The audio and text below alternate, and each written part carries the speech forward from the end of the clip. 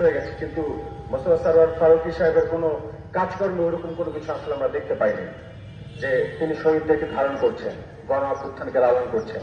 তবে এটা দেখতে পেয়েছি যে কিভাবে অন্যায্যভাবে একজন ডিজের কাছ থেকে সৈয়দ জামিল আহমেদের কাছে কিভাবে অন্যায্যভাবে চাঁদা দাবি করা যায়, সরকারি কোষাগার থেকে কিভাবে লিখিত ছাড়াই কিভাবে চাঁদা দাবি করা যায়, সেটা তার কাছ থেকে দেখেছি, শিখেছি। তো আমরা এটা তো বুঝতেই পারি যে ওনার কাছ থেকে কতটুকু শেখার আছে বা কতটুকু এই জাতি প্রত্যাশা করে। সেই প্রত্যাশার জায়গা অনেক আগেই তো এই জাতি দেখিয়ে দিয়েছে। এই জাতিকে হয়তো বা যখন তারা আন্দোলন করেছিল, আওয়াজ তুলেছে যে ফারুকী হটাও, ফারুকী হটাও, তখন আমরা তাকে বলছি তৌহিদের জনতা। কিন্তু আজকে 3 মাস পর কিন্তু সেই যাদেরকে তৌহিদি জনতা বলে গালি দিয়েছেন, ট্যাগ দিয়েছেন, তাদের কথাই হয়তো আজকে এখন বাস্তবায়িত হচ্ছে যে ফারুকী সাহেবের যে অপকর্ম সেটা কিন্তু লিক হয়ে গেছে।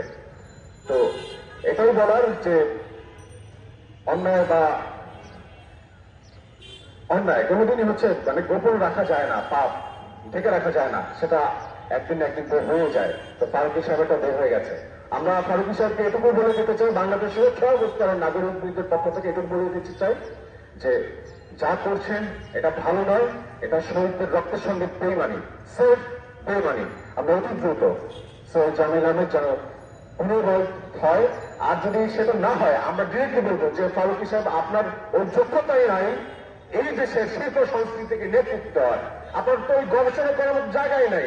আপনার আপনার যদি প্রফুল্ল দিকে আমরা তো দেখি না যে আপনার গল্পগুলো এই জনমানুষের কথা বলছে, জনপদের মানুষের অস্তিত্বের কথা বলছে, সেটা আমরা আপনার কাজের মাধ্যমে খুঁজে পাই না। আমরা মনে করি যে আপনাকে যে উপদেষ্টার জায়গায় বসানো হয়েছে, আপনার সেই জায়গাটা ছেড়ে দিয়ে জামিল আহমেদকে সেখানে আহ্বান জানানো উচিত যে আপনি এখানে আসেন। আপনার জায়গা শিল্পকলার ডিজে না, আপনার জায়গায় উপদেষ্টা হওয়ার জায়গা, আপনি এখানে আসেন। জামিল আহমেদ তো দেখিয়ে দিয়েছেন যে দেখো, আমাকে যদি তুমি কাজ করতে না দাও, ঠিক আছে, আমি অন্যায়ের সাথে আপোষ করবো না, আমি আমার জায়গা ছেড়ে দিলাম। সে তোরটা করলো না।